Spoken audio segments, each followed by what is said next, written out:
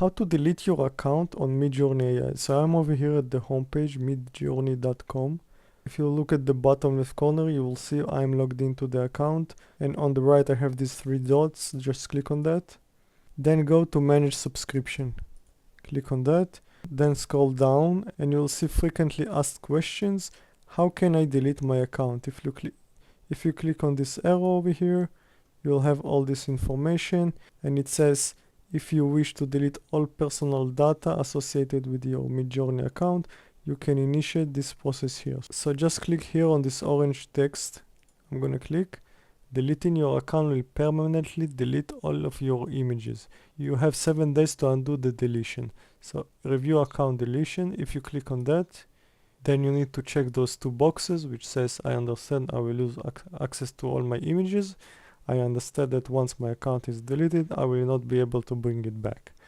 So, and then you click delete my account. I'm not gonna do that because I wanna keep my account, but this is how you delete your account in Midjourney AI. If this video was helpful, make sure to give it a like, and thank you for watching.